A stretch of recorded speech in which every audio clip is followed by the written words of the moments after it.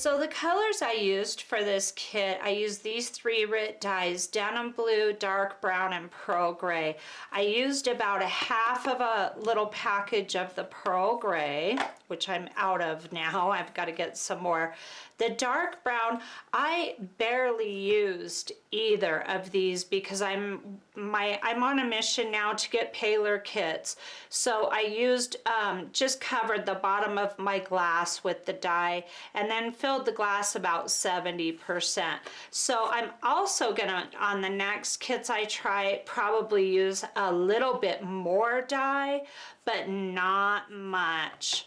Maybe just do like a 1/4 inch of the bottom of the glass to see what results I get, but I'm really liking the lighter results.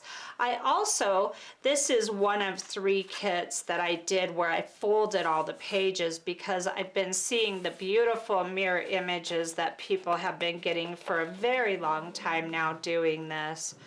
So I just wanted to flip through these and show you. I got a really nice detail in this kit as well, and I used, these are from grapevine leaves, and then these are rose hip leaf clusters. I've got some, I think these are maples here, and then I've got some baby's breath floating around this kit. I think I've got some aspen in here as well. We'll see when we get to it. I like how this little leaf cluster came out on here too.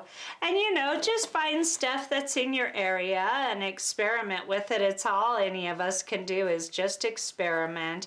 Now, a lot of this white will happen if you don't have dye saturating your page first, okay? And I got a ton of rust on this. I did have rusty bits in this kit, so I think that's where it came from. But I didn't have any rust directly touching this, so I'm not sure.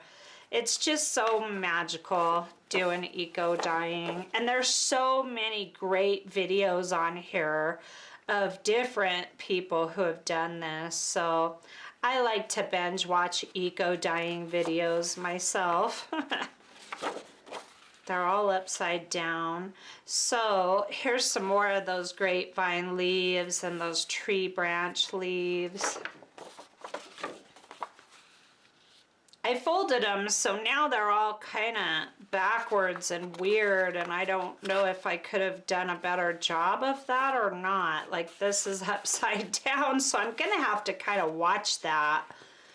So you might want to guard against doing that. So some of these rose hip leaf clusters really print black, and I don't always like that so much. Got a lot of the, this purple, deep purple. The funniest thing happens with this denim blue. I shake these really hard before I water them down. And the denim blue always comes out looking purple like this. And then when I boil the pages, I get all of the denim blue showing up. But for some reason, this denim blue must have mixed with this dark brown in order to get this leaf to look this purpley color here. So I'm not sure. It sure is pretty. I know that. I like it.